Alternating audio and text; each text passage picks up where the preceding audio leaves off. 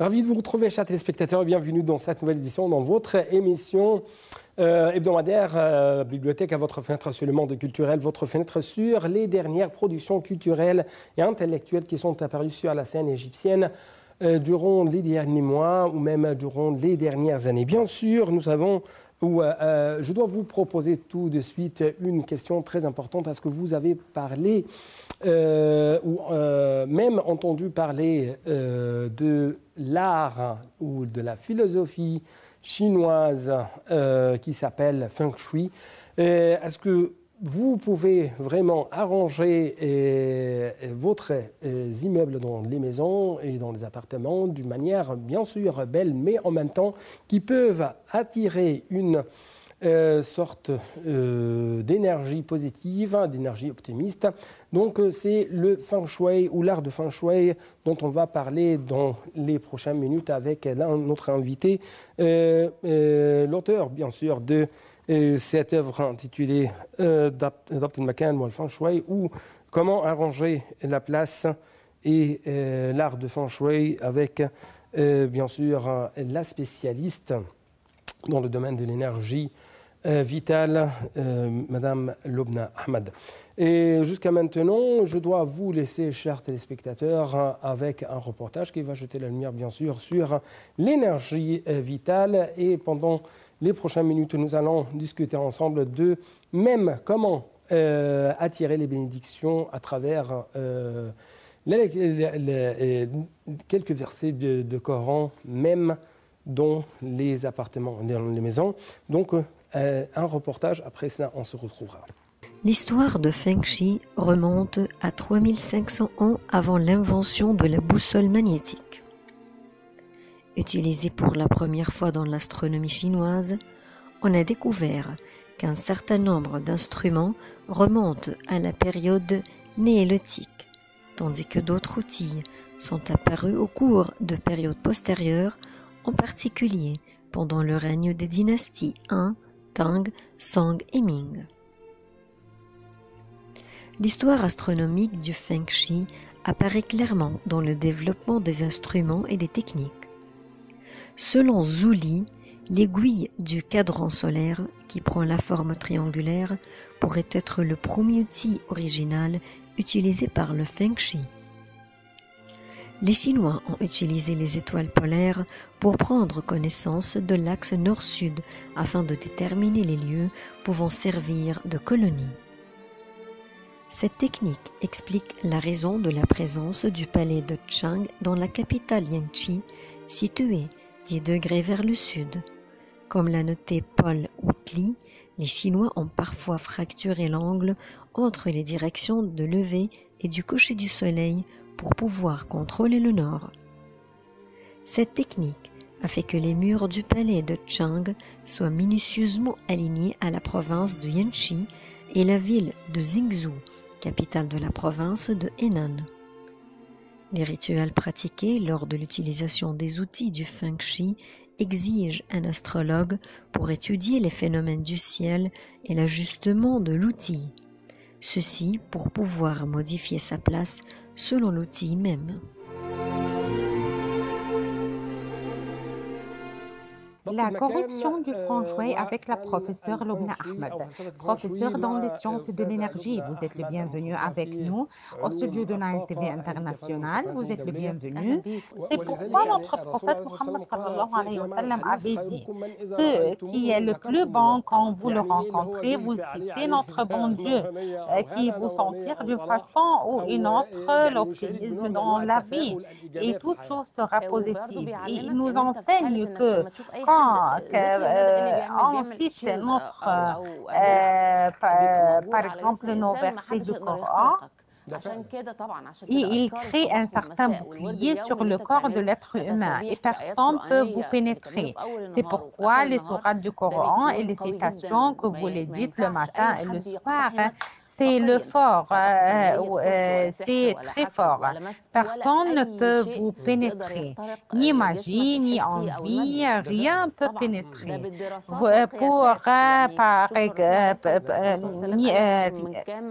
Rien ne peut vous pénétrer. Votre corps sensuel et matériel, et cela selon des études et des mesures.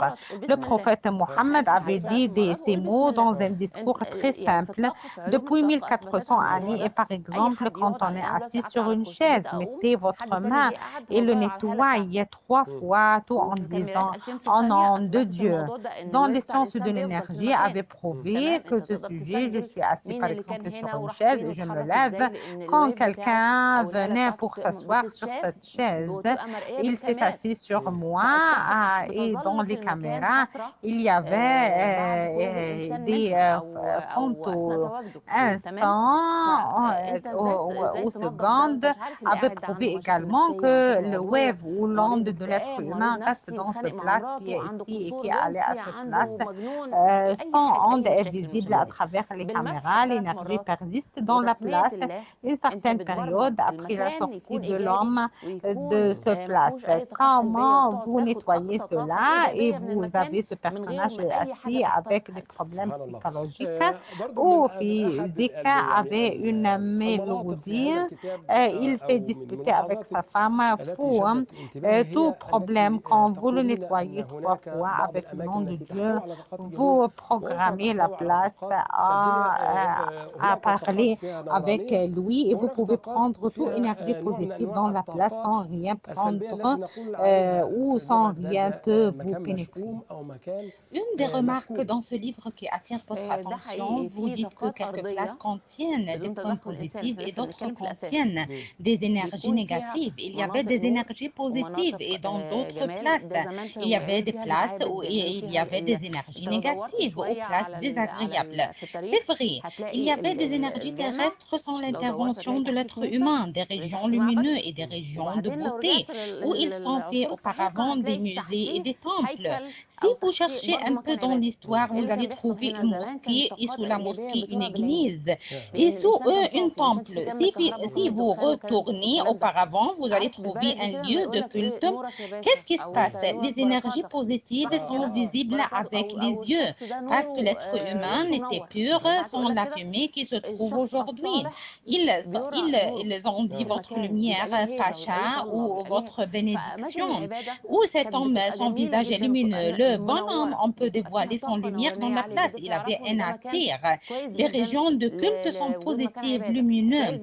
C'est une place très bien pour faire établir un lieu de culte, pour également faire bâtir un hôpital. Oui, exactement, ou surveiller les animaux. Il y avait des animaux qui ont une haute sensation pour l'énergie.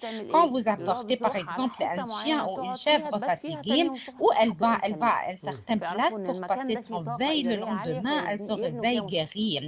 Donc, il avait que c'est une place où il y avait une énergie positive très haute. Donc, il bâtissait dans cette place un hôpital. Ici également, je trouvais quelques de vos remarques. Je ne savais pas c'est de feng shui ou de vos études dans le domaine de l'énergie vitale. La question d'acheter la place, soit acheter une maison ou une villa, il y avait quelques conseils. Oui, bien sûr, dans le domaine de l'énergie et la plupart de la science du feng shui, sur ce sujet, il y avait des points principaux. Quand j'achète un appartement, par exemple, je dois garder ces points. On ne doit pas avoir des tombeaux à côté de nous parce qu'il y avait une énergie de tristesse dans ce place. Il y avait des anges qui tentent, des gens qui se torturent, etc. Si vous êtes assis dans ce place, les énergies intervenues à votre maison, à votre fils, à votre nourriture, comment est-elle? Je n'habite pas également à côté d'un hôpital. Pourquoi? Parce que l'hôpital, il y avait également des énergies de fatigue, de douleur, de tristesse tristesse, de mort parfois, des énergies d'urgence. Imaginez-vous si vous êtes dans une maison et vous recevez toutes ces énergies, parce que ces énergies sont des vibrations, comme la radio qui transmet beaucoup de choses. Vous êtes sur quelle onde? En tout cas, vous les recevez, tous ces ondes, mais vous ne pouvez pas les écouter. Il y avait quelques places également, je ne dois pas habiter à côté, de lesquelles, comme une école et un moule, parce que les énergies des enfants ont un power très haut. Les gens qui se marchaient pour acheter, le stress et l'embouteillage, c'est fou et ce n'est pas juste à entrer à nous. Parmi les énergies négatives, c'est de mettre les souliers à la porte de la maison. En même temps, il y avait ce qui attire les énergies à l'intérieur de la maison et la bénédiction, comme vous avez cité. La prière, ces prières multiples dans des temps multiples sont reliées avec les énergies universelles. Ce sont des paroles justes et exactes 100%. Pourquoi on ne mettait pas ces choses devant les portes des maisons? C'est un lieu de pollution, de détruire, des choses qui ne sont pas bonnes, des choses abîmées. Comment peut-on mettre ces choses devant les portes? Comment je les mettais comme ça et il y avait une énergie et la bénédiction vont entrer. Ils vont être dotés par les souliers qu'on ne marche avec lesquels par terre sur toutes choses, sur l'ordure, sur les déchets. On ne peut pas mettre les déchets devant la porte. Donc, je pollue l'énergie qui se trouve. Elle entre et après, elle se retourne pour une autre fois.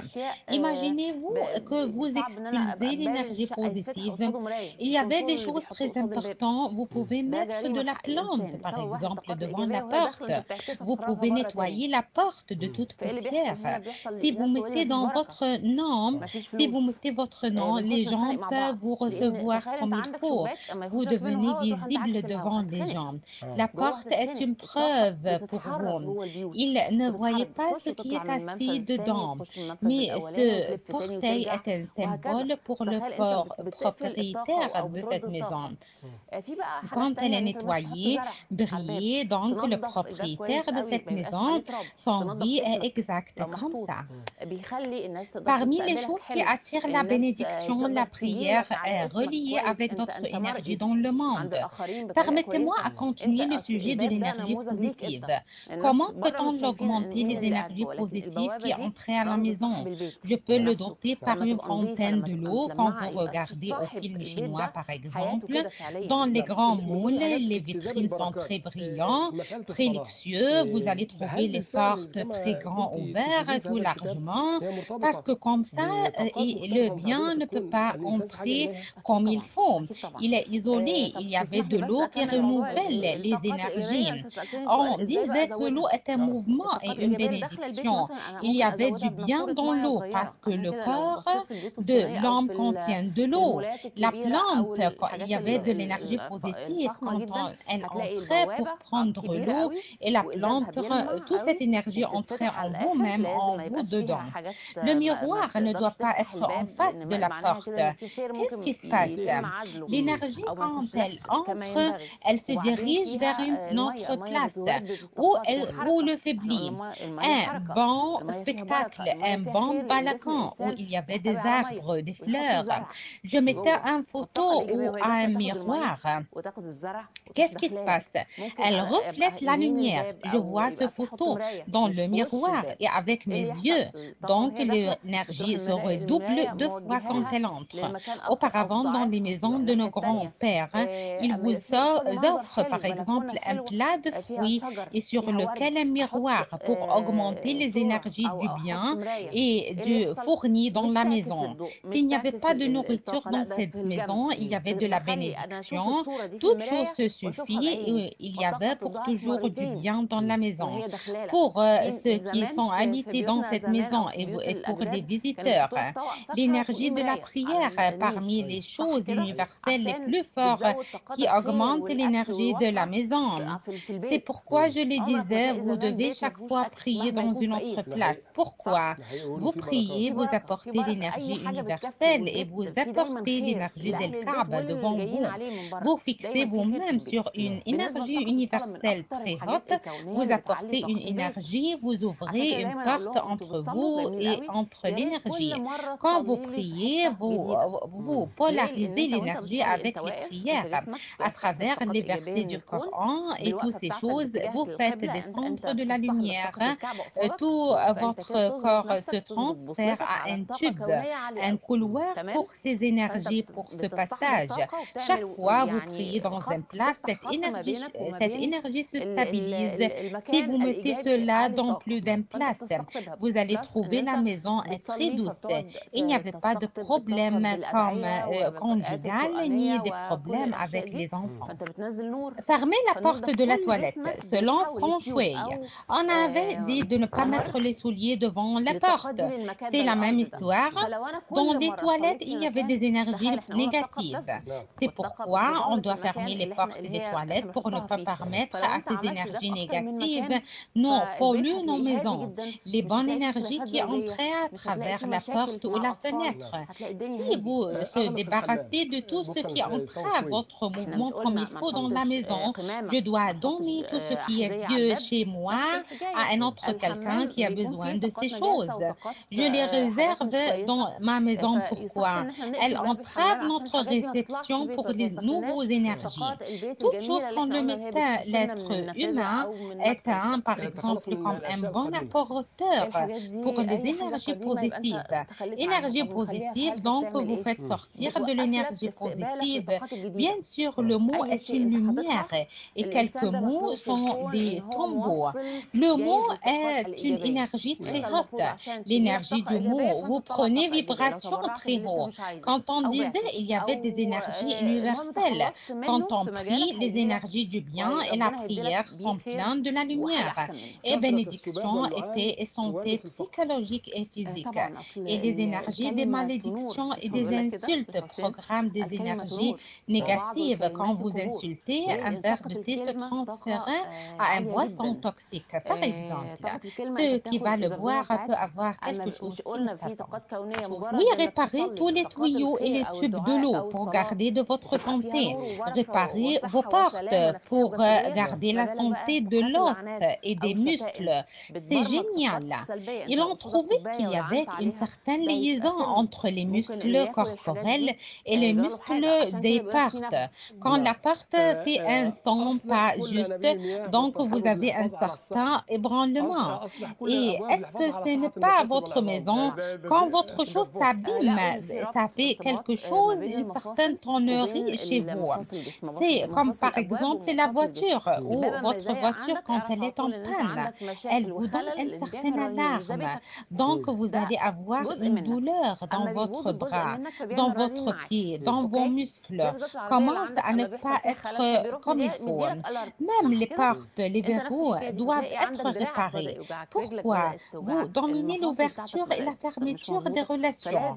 C'est vrai, quand les verrous ne sont pas justes ou ils ne sont pas réparés comme il faut, il y avait donc quelqu'un qui veut poursuivre ou se contacter avec vous, mais il ne savait pas comment arriver à vous. Je vais aller réparer tous les verrous dans ma maison. Ne donne pas votre dos à la porte. Non, on va dire l'eau au début. Oui, l'eau va causer une consommation ou un certain gaspillage. Vous ne savez pas où va votre argent parce que l'eau est bien et la bénédiction de votre nourriture et votre boisson. Oui, donc je dois garder mon eau pour ne pas avoir des problèmes ni liquidation, par exemple sanguine, pour que les affaires ne s'infiltrent pas entre vos mains. Par exemple, vous travaillez dans une chose, elle allait cette chose à un autre. Les vibrations de l'eau où se trouve dans le corps sont responsables de votre bien aller à une autre direction. Vous devez le garder comme il faut. J'avais deux choses. Je savais que vous êtes fatigué, les couleurs et les meubles. Si vous voulez commencer par les couleurs ou les meubles, les deux sont uniques. Les couleurs sont parmi les choses universelles. Les plus importants, les couleurs entrent en quoi? Dans la nourriture, dans le boisson, dans les meubles, dans les accessoires ou des pierres précieuses. Je dois comprendre la couleur que j'habille ou je contacte avec le. Qu'est-ce que ça veut dire? Le rouge, par exemple, élève les énergies. Il apporte le bien. Si on ne le met était dans un lieu de vent, par exemple. Mais si vous habillez rouge et vous avez haute pression, il va élever les énergies et élever votre pression. Vous devez comprendre qu'est-ce que vous habillez et qu'est-ce que vous mangez. Ça ne va pas quelqu'un avait par exemple une hypothyroïdie et il habillait le bleu. Le bleu est douce. Il est très beau de le mettre pour les finances et par exemple et pour les compteurs dans les banques. Les chaises sont bleues et les murs également. Si vous remarquez, pour avoir de la capacité à contacter avec le peuple, ou dans les hôpitaux, dans les chambres des opérations, il habillait le bleu pour ne pas avoir de saignement. Si quelqu'un avait par exemple une certaine maladie, il ne doit pas habiller le bleu, il doit habiller un fort rouge pour faire élever son capacité à combattre son maladie. Si la glande est haute, je l'habille bleu pour comprendre comment. Je dois comprendre et qu'est-ce que je vais faire. J'avais des malades de cancer, ils ont fait toutes choses et ils se contactent avec tous les médecins inutiles.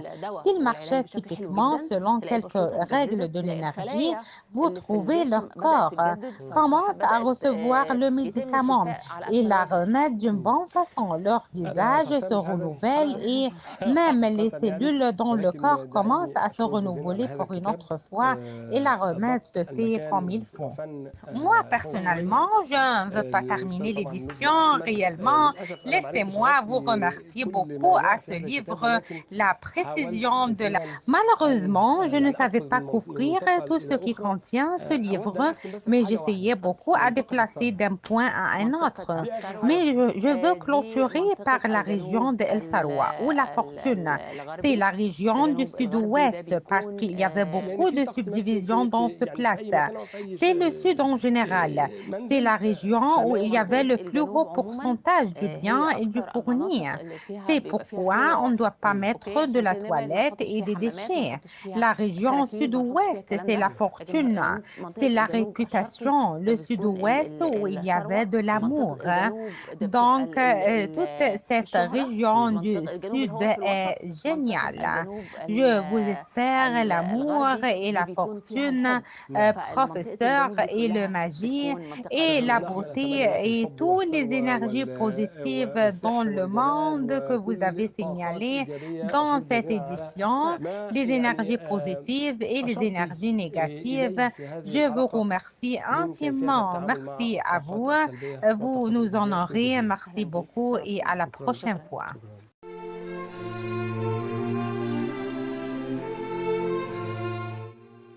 L'astrolabe d'Uranie, connu comme étant le Shi, est l'un des outils les plus anciens du Feng Shui.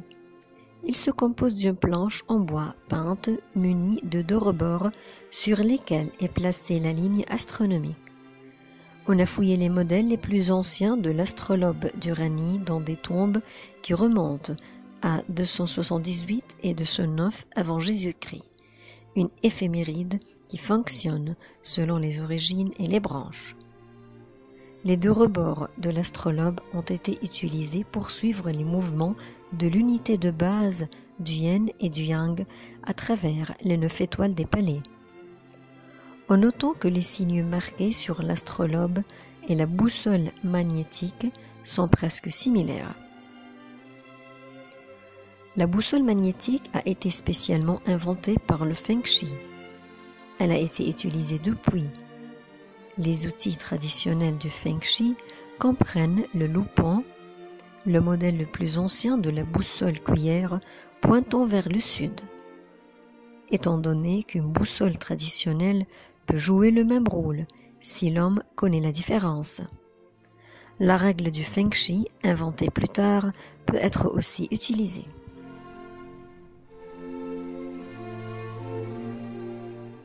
Donc, c'était tout pour cette édition, mais avant de vous quitter, chers téléspectateurs, je dois vous rappeler que vous pouvez consulter, bien sûr, sur Facebook/Bibliotheca notre émission pour vous avoir plus d'informations et pour en savoir plus. Donc, c'était tout pour cette édition une autre fois. Il ne me reste que vous dire au revoir.